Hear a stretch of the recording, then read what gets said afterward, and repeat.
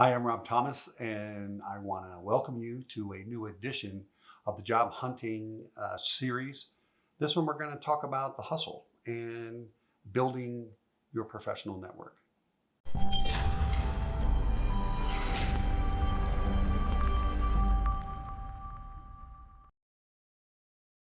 So, some of you may not necessarily have already an established large group of people from a personal or professional network perspective, or we might be trying to transition into a new organization, a sister company or competitor, or completely into a new field. And so these are some of the tactics that I've used to be successful. And whatever type of organization you might get into, and we'll talk a little bit about that, it's important during these engagements, during interacting with these people, that we're active, and that we're participating.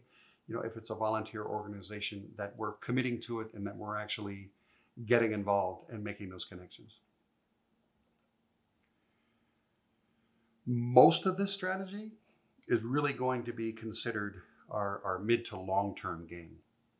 There may be some type of lucky or serendipitous opportunity where something happens in the short term, where the timing and you meet the right person and everything just clicks and you all get together.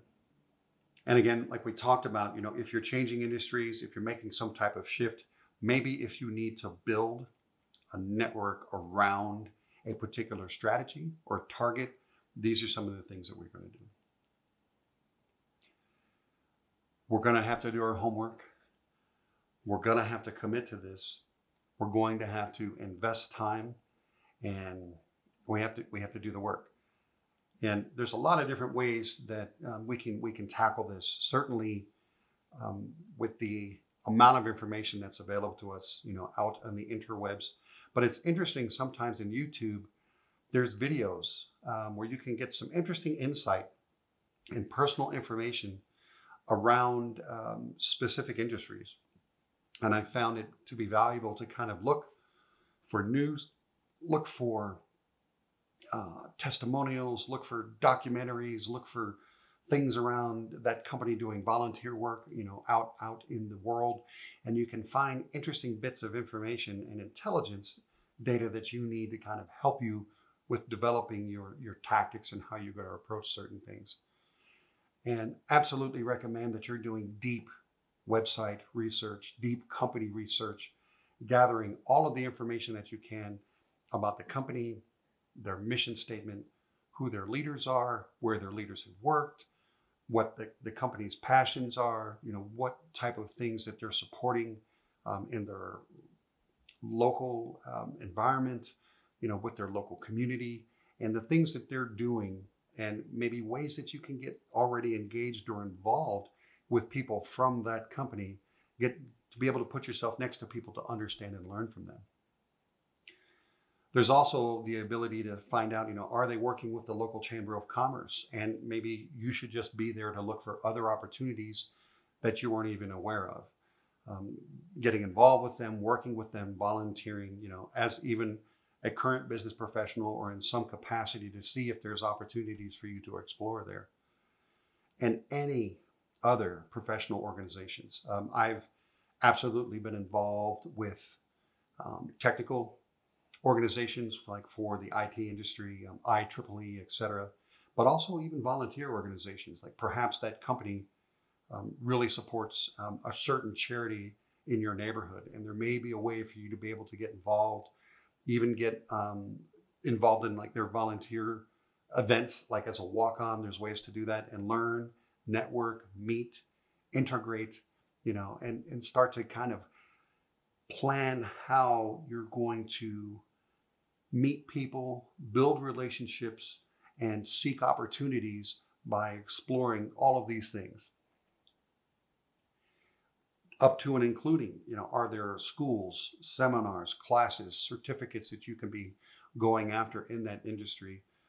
Who do those instructors know? Who do those other students know?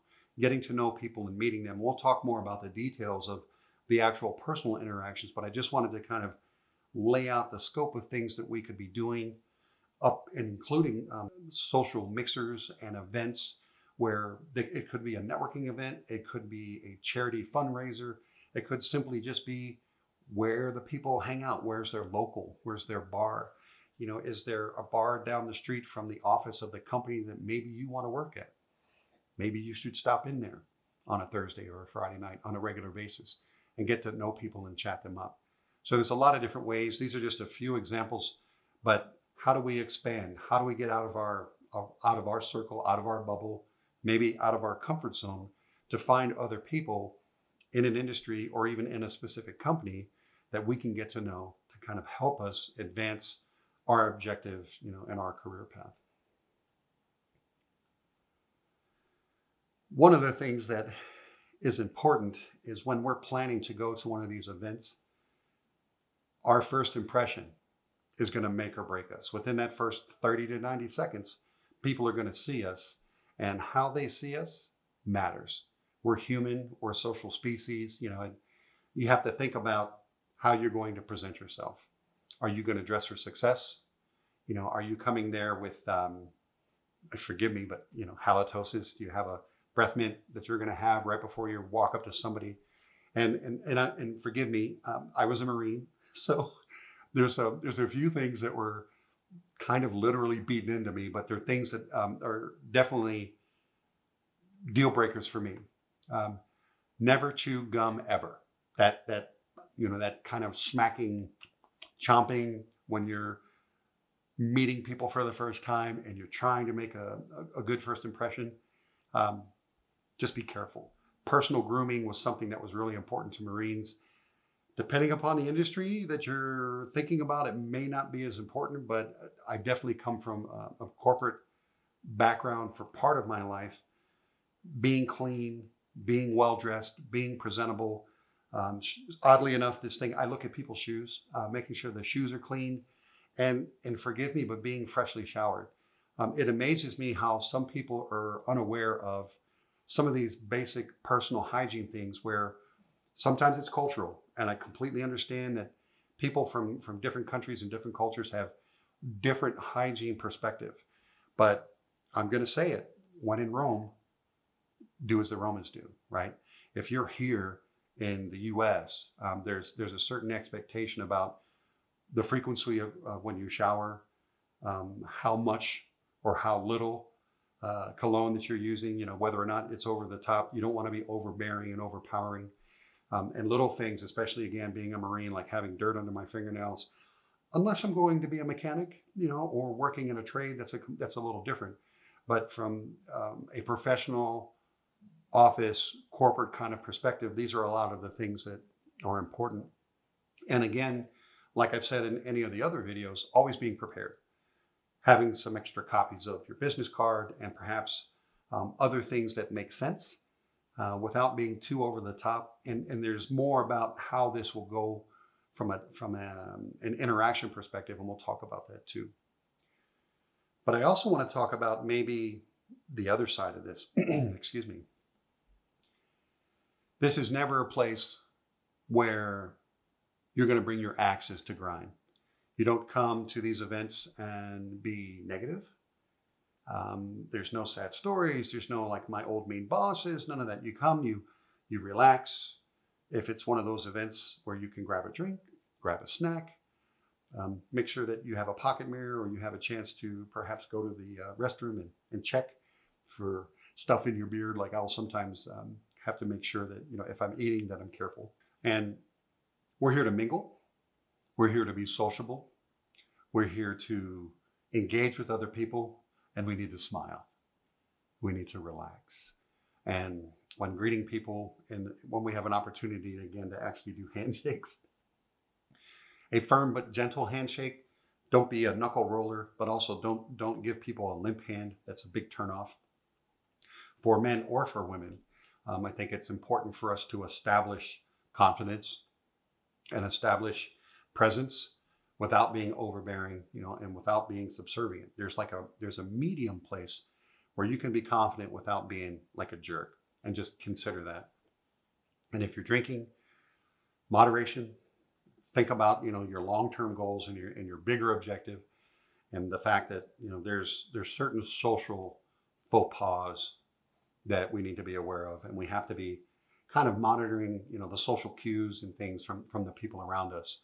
For example, yesterday I volunteered to be at a job fair, a virtual job fair, and I was sitting like in a virtual booth, that people that were job seekers could come up and ask questions, and come into the virtual room. And one of the people that came into the room was just, for lack of a better term, just complaining about, they're overqualified and they're not getting offered the pay that they want, and they're having all these problems.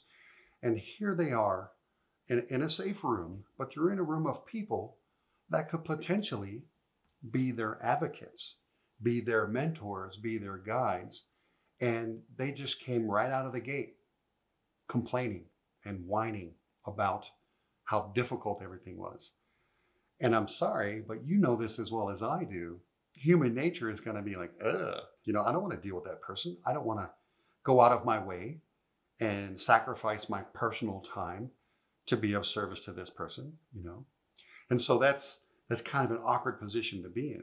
Now, to be fair, I actually plan on reaching out to that person one-on-one. We need to talk. And let me explain to you about what just happened and what the negative fallout of that is. And forgive me, but my goodness, if they're going into interviews or networking or talking to recruiters or, talking to placement or staffing agencies or headhunters, and they start off on that wrong foot, it's going to be really hard for them to get people to advocate for them. So this is a hustle, right? We're here to sell ourselves. Yes and no, right? We have to be able to have patience and observe and watch and feel for the room, feel the mood, and understand kind of what the general objective is of most of the people there, and act accordingly. We don't want to undersell, we don't want to oversell. We want to make sure that we're kind of fitting in with the rhythm of what's happening there. If we don't want to dive right in and just be like in people's face, like, hey, I need help. Here's my card, here's my resume, da, da, da, da. And just like just machine gunning through the room about me. This is a completely different type of tactic. This is much more subtle. And through this, we listen. We don't have to talk at first. You're much more interesting, and people will have much more of a tendency to want to spend time with you and connect with you if you give them the time to talk and to share with you about maybe why they're there. And you're asking probing questions. What brings you here? And where do you work? And what do you do? And it, without it always being the same old boring questions. There's actually some really great videos that I've seen recently that talk about much more engaging ways to interact with people. Like, what book have you read recently, or what show did you see recently that was interesting, or is there a sports, some way to find a connection, without saying, what do you do? Not the normal boring kind of rote things.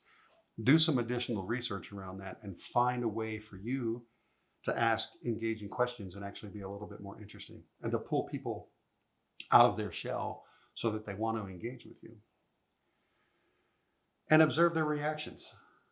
Observe people's body language. You're going to see people that are wallflowering and a little closed off, and I actually kind of have fun, and I like to go over and try to pull those people off the wall and engage with them, but that's me. But there's people that maybe we should or shouldn't waste our time with. You might see people that are a little bit over the top, a little bit drunk, a little bit aggressive. There might be people there for completely the wrong reasons, and kind of pick and choose your targets. You're there to mingle. Don't just sit there and talk with one person all night, unless there's a reason for that. There could be a purpose behind that. But otherwise, I'm there to meet people, to gauge people, to find the temperature and the feel for the room, and then find the people that I'm actually going to connect with, and the people that I am probably going to continue and maybe build a relationship with. And we have to understand timing and cadence, and we have to understand when to step in, when to add a little bit more, when to back off, reading their eyes, their face, their body, getting a sense and a perception of how engaged or not are they in working with me. But I have to be careful because I'll lock in with somebody and we'll really connect. And then, I'll look up and it'll be an hour and a half later and we've monopolized each other's time and perhaps diminished the utility of the larger event. So we're going into these events and we have to understand what our purpose is. We have an agenda going into these events, perhaps joining these organizations, doing this volunteer work, maybe, getting on a team or a board or whatever it may be. And just kind of understanding what that cadence should look like. And it's necessary for me to know what my story is and to be able to describe my story to someone relatively quickly. And there's different versions of it, right? I'm just telling my story about why I'm here, what I'm doing, what my objectives are. And I think there's graduations, I know there's graduations of that story and how I end it, whether or not I'm actually saying, and I need your help, or I would like to connect with you, or how could I be of service to you maybe? There's different ways that elevator pitch that we talk about could possibly be started and ended based upon understanding what our purpose walking into that particular room is and being engaged with those people and at what point we are at in those relationships for sure. And I think it's important that you practice. And I think it's important that you practice in front of a mirror. I think it's important that you practice with people that you trust and that you develop a sense of being relaxed with your story, being relaxed with your pitch, without being too smooth, too schmarmy. It can't be too robotic. It can't sound like it's rehearsed because I've done this many times. You can't, it can't be bored. It has to come off as being original and authentic and engaged without seemingly being practiced. And there's a technique for that. There's through doing that, role playing it, even in my mind, sometimes if I'm commuting, all the things, there's practice, and working through this so that I can tell my story, I can make my pitch, I can sell myself without actually selling myself. There's a nuance there. There's a fine line and a technique to do that. And I've always got to be aware of everything that's happening in the interaction and always be flexible, always ready to change tactic, maybe even ready to disengage, or maybe to push it a little further. Maybe there's an opportunity there. So I've got to always kind of be monitoring, assessing, listening, and knowing when it makes sense for me to maybe take it to the next level. We've met some folks. We've done our homework. We found some target groups, engagements, events that we want to be a part of. We've gotten there and we're talking with people. And if we can do it physically, once we can get back to that, I would absolutely ask people for their business card.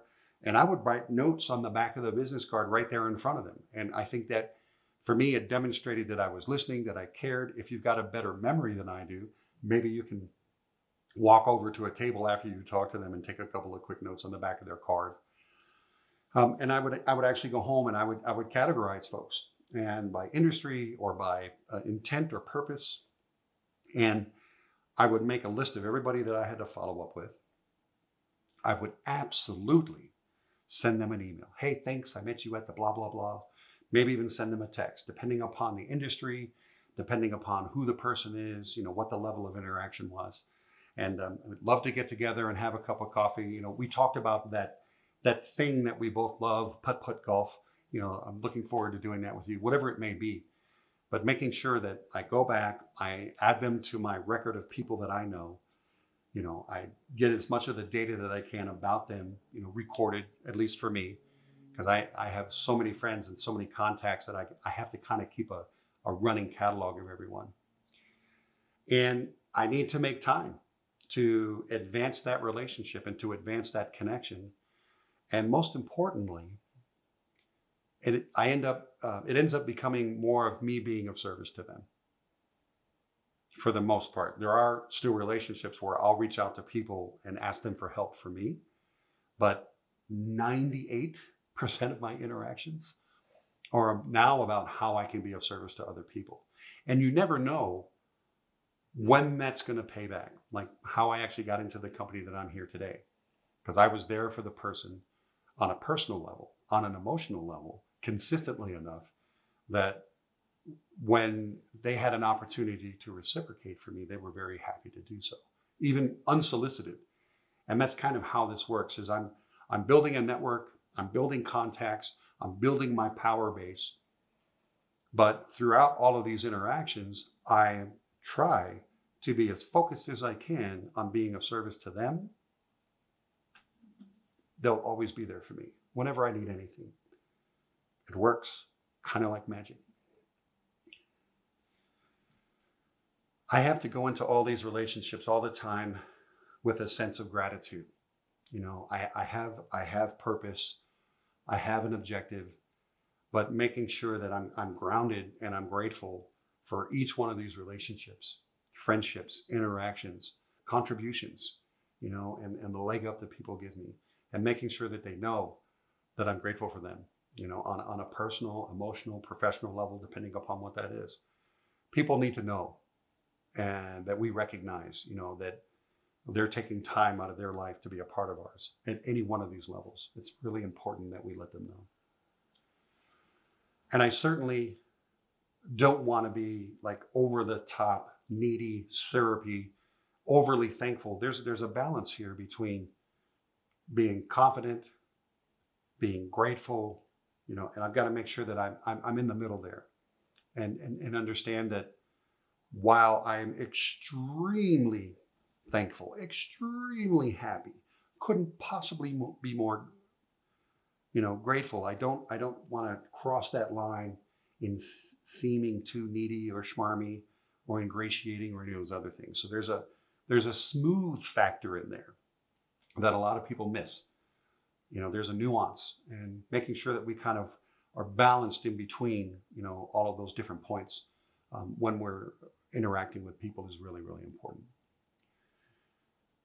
And most of all, we have to be human. We have to remember that. And once we get past that initial like professional interaction and connection, for me, there's a next level. And sometimes I enter into that maybe a little too early, but that's me. And I've developed like kind of being accustomed to that. And a lot of my relationships are like that now. But I think it's important to always advance these relationships when appropriate to that next human level, and opening up, connecting emotionally, connecting with history and experience. And with practice, we learn when that makes sense, when that doesn't, et cetera, et cetera. But that's been one of the most powerful parts of how my network has been built. And we talked certainly a lot about that in our last video. And going forth with caring, you know, going forth with compassion, going forth with an awareness of what all of these relationships and all of these connections mean to us, and continuing to water those gardens, as I've mentioned, continuing to nurture those relationships in the cycle of things that we've talked about, and using all of that as part of just our power structure, it becoming a normal part of our life. And then it just becomes, we become accustomed to it, and it becomes necessary. Like, I know that I have to engage. I know that I have to make time for my friends, for my colleagues, you know, for perhaps the people on my team and everybody else and all of these networks in between. Always thinking about them, always thinking of doing everything from a position of service. We get it, they get it, we know it matters, and it's changed all of my relationships for the better. So we've talked about kind of building out the human tools, if you will, you know, and establishing the people connections and relationships. In the next video in the series, we're going to actually talk about really hammering, and I'm going to call it the brute force method of using the internet, and all of the tools and resources that are available there to help alongside this process. I'm still a firm believer that the human process, and connecting with everyone is really what's going to take us from here to there the most efficiently. But if you don't have the power of that network, or while you're building it, there certainly is a brute force approach that we can take with the internet. There's so much that we can do, and there's a lot of things we can do to waste time, but we'll talk about that. As always, thank you for joining us. Don't forget to take a look at the links below for engaging with us live on Twitch and engaging with us on our Discord server. And in the meantime, happy streaming, happy job hunting. Thank you so much.